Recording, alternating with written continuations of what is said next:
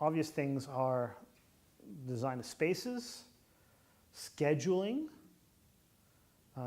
Time and obviously costs are always limits, but also I think sometimes the structure of the university and the very strong focus on disciplines.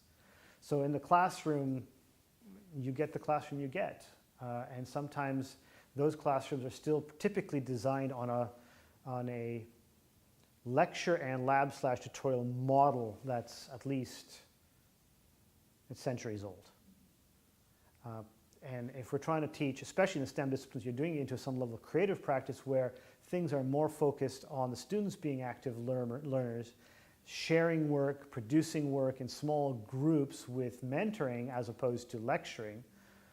The lecture hall is, very few of them are amenable to that. And even our tutorial spaces in labs are frequently not amenable. Right? Rooms are set up so that everyone faces the front. Well, I need spaces where students can face each other. And that becomes much more difficult in a small, crowded space where the room really was designed for facing front. You start moving things around and suddenly it doesn't fit as many students as easily as it did with a smaller group. With students having to face the front. So space is actually constraining our curriculum, what we can do. And we've talked about, I know there are people actively seeking options, and some of the new spaces are intended to actually mitigate some of those issues.